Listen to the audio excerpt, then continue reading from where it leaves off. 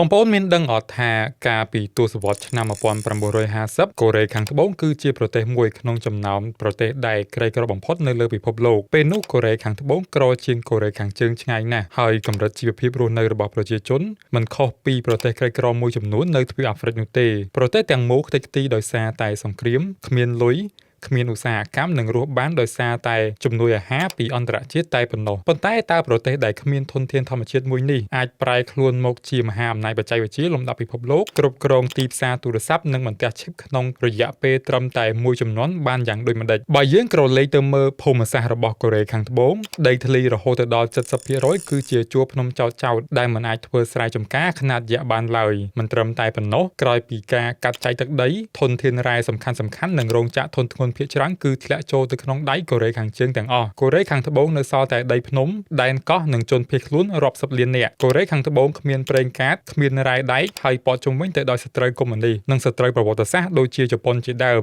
ផ្លូវគោកត្រូវបានកាត់ផ្តាច់ទាំងស្រុងដោយសារតែខ្សែបន្ទាត់ DMZ ជាមួយកូរ៉េខាងជើងធ្វើឲ្យកូរ៉េខាងត្បូងមានស្ថានភាពមិនខុសពីកោះដាច់ស្រយាលមួយនោះឡើយប្រជាជនកូរ៉េខាងត្បូងនៅទសវត្សរ៍ឆ្នាំ1960មានត្រឹមប្រមាណជា30លាននាក់ប៉ុណ្ណោះហើយភាគច្រើននៅតែក្រីក្របើក្រុមហ៊ុនលក់ទំនិញតែនៅក្នុងស្រុកវាមិនអាចលូតលាស់បានឡើយដូចនេះមធ្យោបាយមានតែមួយគត់គឺផលិតទំនិញដែលមានគុណភាពខ្ពស់លក់ទៅអាមេរិកអឺរ៉ុបនិងពិភពលោកនៅក្នុងស្ថានភាពទួច្រកលោកប្រធានាធិបតីប៉ាក់ចុងហ៊ីបានមើលឃើញផ្លូវរស់តែមួយគត់បើគ្មានធនធានធម្មជាតិគឺត្រូវប្រើធនធានមនុស្សបើគ្មានទីផ្សារក្នុងស្រុកគឺត្រូវយកពិភពលោកធ្វើជាទីផ្សារដើម្បីឲ្យរោងចក្រអាចផលិតទំនិញមានគុណភាពខ្ពស់កូរ៉េខាងត្បូងបានវិនិយោគយ៉ាងខ្លាំងទៅលើការអប់រំជាពិសេសវិទ្យាសាស្ត្រវិស្វកម្មនិងបច្ចេកវិទ្យារដ្ឋាភិបាលកូរ៉េខាងត្បូងបានលើកទឹកចិត្តឲ្យប្រជាជនសន្សំលុយនៅក្នុងធនាគារដោយផ្ដល់អត្រាការប្រាក់ដ៏ខ្ពស់មួយបន្ទាប់មករដ្ឋាភិបាលបានយកលុយទាំងនោះទៅផ្ដល់ឲ្យក្រុមហ៊ុនគ្រួសារតូចៗមួយចំនួនជាប្រាក់កម្ចីក្នុងតម្លៃការប្រាក់ទាបនិងទទួលបានការគាំពារគ្រប់បែបយ៉ាងពីរដ្ឋាភិបាលមិនមែនផ្ដល់ប្រាក់កម្ចីដោយឥតលក្ខខណ្ឌនោះទេក្រុមហ៊ុនដែលនាំចេញបានច្រើននឹងទទួលបានការគាំទ្របន្ថែមខណៈដែលក្រុមហ៊ុនដែលបរាជ័យអាចបាត់បង់ជំនួយពីរដ្ឋឬក៏ត្រូវបិទទ្វារអាជីវកម្មលក្ខខណ្ឌដ៏តឹងរ៉ឹងបែបនេះ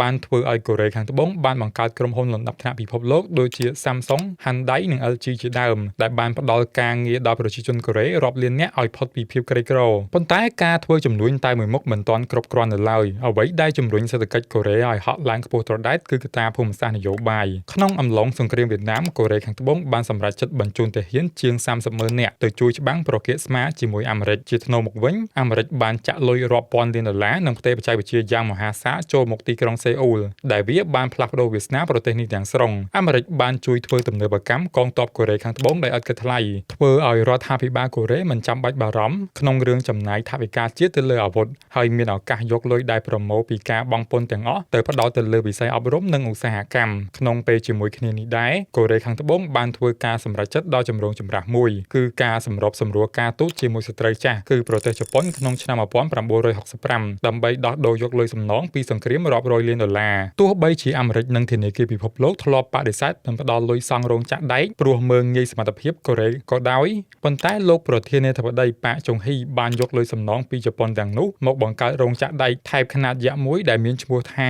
POSCO ដែលវាជាឆ្អឹងខ្នងដ៏សំខាន់មួយសម្រាប់កូរ៉េក្នុងការផលិតឡានឬក៏សាងសង់កប៉ាល់ដឹកជញ្ជូនទំនិញលំដាប់ថ្នាក់ពិភពលោកក្រុមហ៊ុនកូរ៉េដូចជា Hyundai និងក្រុមហ៊ុនដឹកជញ្ជូនធំៗទទួលបានកុងត្រាពីកងទ័ពអាមេរិកក្នុងការទៅសាងសង់បន្ទាយនិងដឹកជញ្ជូនស្បៀងអាហារនៅតាមសមរភូមិវៀតណាមវាជាចំណុចចាប់ផ្ដើមដែលធ្វើឲ្យក្រុមហ៊ុនកូរ៉េចេះគ្រប់គ្រងប្រព័ន្ធដឹកជញ្ជូនខ្នាតអន្តរជាតិនិងប្រមូលលុយដុល្លារបានយ៉ាងក្រាស់ក្រែលត្រឡប់មកស្រុកកូរ៉េវិញហើយចុងក្រោយទើបលោកប្រធានាធិបតីប៉ាក់ចុងហ៊ីយកលុយទាំងនេះមកវិនិយោគលើមហាគម្រោងមួយនោះការសាងសង់ផ្លូវល្បឿនលឿន Yongbu Expressway ដែលតភ្ជាប់ពីរាជធានីសេអ៊ូលទៅកាន់ទីក្រុងកំពង់ផែយុទ្ធសាស្ត្រទីក្រុងប៊ូសានផ្លូវមួយខ្សែនេះជាសរសៃឈាមសេដ្ឋកិច្ចយ៉ាងសំខាន់ក្នុងការនាំចេញផលិតផលកូរ៉េទៅកាន់ទីផ្សារពិភពលោកបានយ៉ាងឆាប់រហ័សជំនួយរបស់អាមេរិកពិតជាមានសារៈសំខាន់ប៉ុន្តែវាមិនមែនជាហេតុផលតែមួយគត់នោះទេដែលធ្វើឲ្យកូរ៉េរីកចម្រើនប្រទេសជាច្រើនក៏ទទួលបានជំនួយដូចគ្នាប៉ុន្តែមិនអាចបង្កើតឧស្សាហកម្មនិងការនាំចេញដូចកូរ៉េខាងត្បូងបានឡើយដូចជាប្រទេសហ្វីលីពីនឬក៏វៀតណាមខាងត្បូងជាដើមអ្វីដែលខុសគ្នានោះគឺ